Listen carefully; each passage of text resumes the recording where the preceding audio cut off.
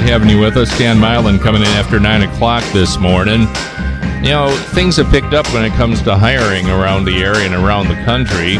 But there's one thing to keep in mind. You know, you might be looking for a change in your employment as well if it's a situation you're not real keen on, the situation you're in job-wise right now. Because there are a lot of people, mind you, still looking for work, but there are some people that want to change in their life employment-wise. And so that's why we're going to be looking at something today, the hiring trends and predictions for what's going to be happening in 2016 when it comes to the hiring front. And to join us to talk a little bit about that, a good friend, prominent thought leader on the impact of technology and society, work, and careers, Stanford University scholar. She's held leadership positions at a number of different companies, including Apple, HP, Cisco Systems, that is.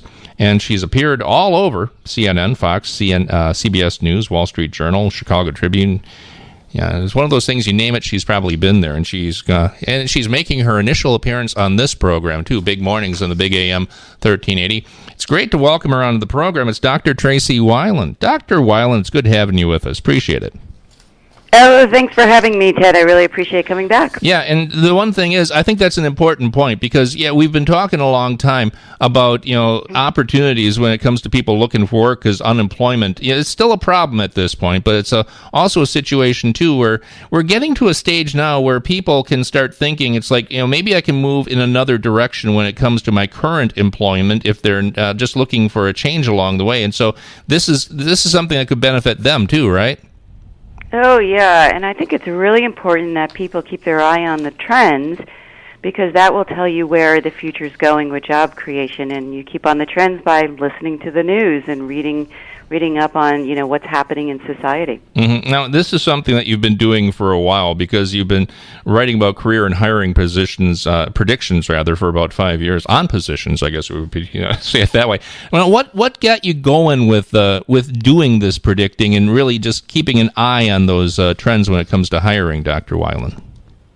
So my interest was that a lot of us were raised to look at traditional modes for employment, you know, either the company or the local neighborhood.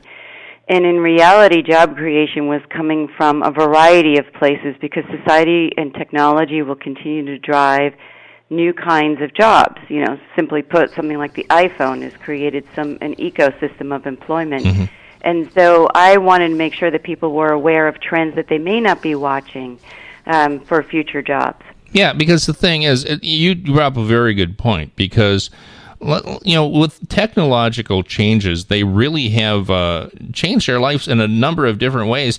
And if there's one person that would know about that, it would be you, because we were just going over your resume, you know, having leadership positions at Apple, Hewlett-Packard, Cisco Systems. When it comes to that, you're somebody who has seen that sort of growth over the years, and it's one thing you just keep on monitoring. And anybody who is looking into any sort of occupation in the future has to keep in mind the new technology that's developed within the last, 10, 15, 20 years is something that you're going to have to get used to and get accompanied with, because if you don't get accompanied, you won't find a company, right?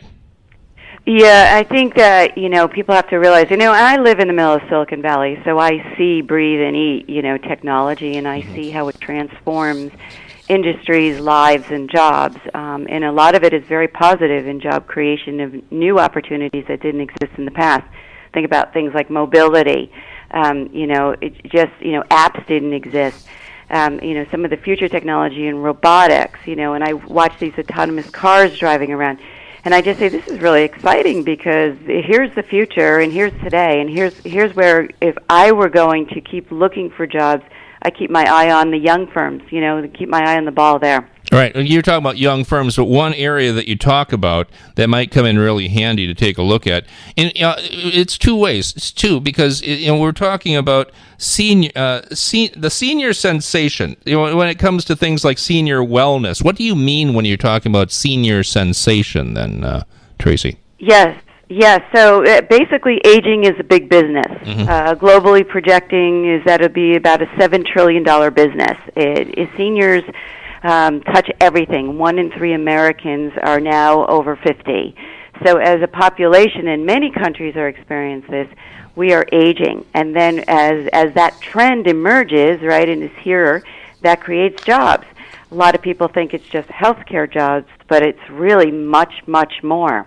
Yeah, indeed, because, in fact, you break that down a little bit. First of all, let's talk about the situation with living spaces, because I think that's something that, say, for example, with a lot of us that who are in that 1/3 that you're talking about, over 50, we're starting to think about our parents who are moving into their later years and the golden years, if you will, and looking at living situations for them. So this is one area you're pointing out, right? Yes, and basically seniors need somewhere to live. Many are joining these retirement adult communities. You might hear about them as 50 plus or 60 plus. That creates jobs in construction, almost like hotel services. Others have decided to age at home, so they have to bring the services in, such as landscaping, cleaning, food, and home help. And then as we age into the oldest bracket, we might need medical support, and that's where assisted living comes in. And that's where you have the medical, healthcare, and full-time support.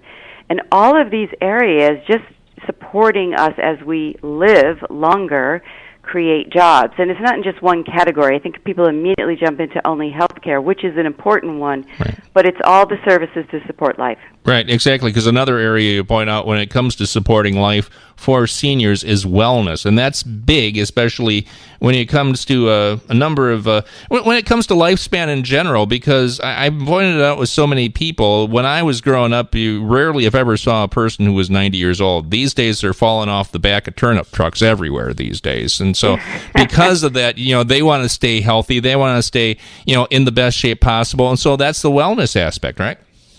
It is, and so there are gaps now in demand for physical therapists, occupational therapists, registered nurses, home health aides, caregivers, you name it. Anything to support the physical aspects of our wellness and life are also growing demand. And so if I was guiding someone, I would say look at that trend as we get older, all of the services that we need to provide as we age.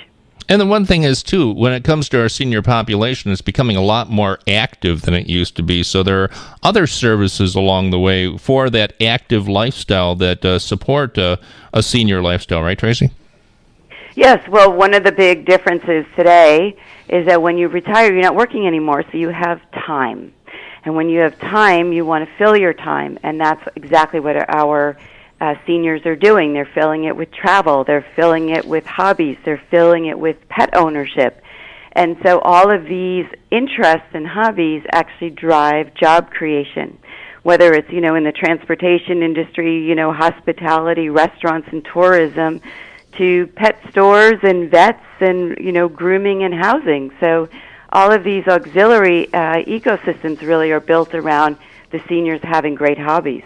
Yeah, and something, it's really something to see, what's going on with this. And let's face it, too, Tracy, because the population is growing older and, simply because of the baby boom generation. So really, growth could be something that goes on for, an extended period of time, too.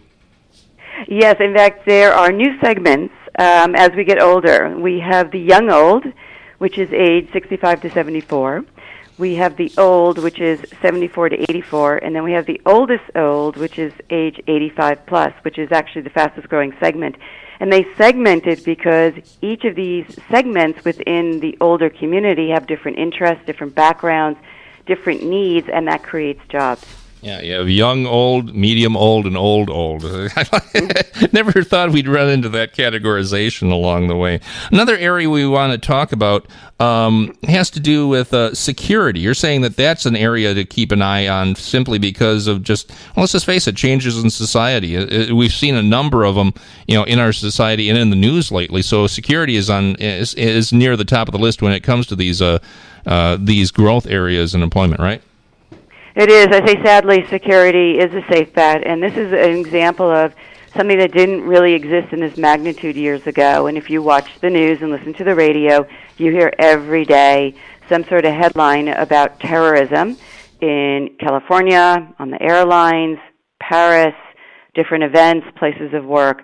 And, I say sadly because this is creating new jobs that didn't exist before. In fact, I was just reading a in New York, the police have started a counterterrorism squad, and they've already hired and transitioned 100 people into the squad, and they'll expect to have 500 by the end of the year.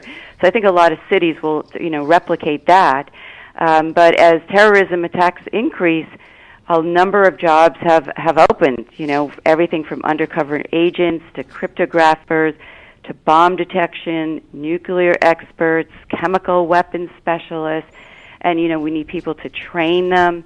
And it's not just about the people. You have to protect your waterways, your pipelines, your infrastructure as well. So this is a big area. Yeah, and a lot of these we're talking about, because we were just talking about getting accustomed and getting acquainted with technology. With a lot of these, you have to have, having a knowledge of technology is essential when it comes to these occupations.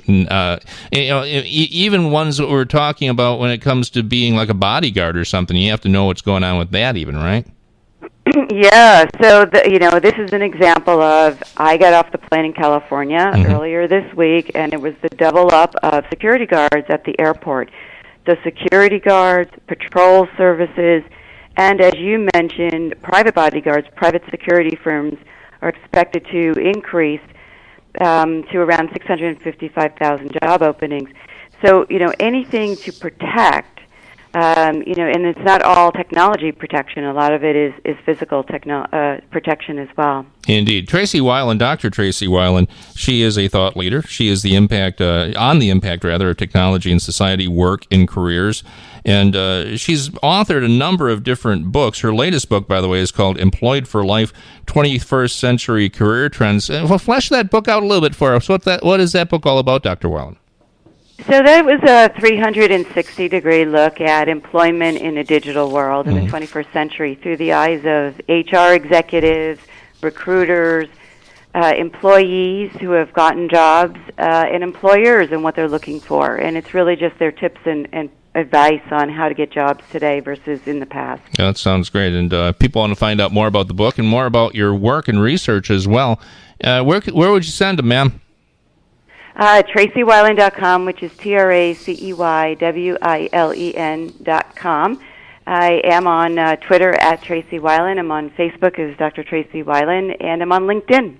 Yeah, and the thing is, we only got halfway through the list, so guess who's coming back to the program soon? That'll be Dr. Tracy Wilen joining us on Big Mornings on the Big AM 1380. We still got to finish up the rest of the list, so you're welcome back in the near future, Tracy. Thanks a lot for joining us. We appreciate it. Thank you, and happy holidays. And happy holidays to you as well.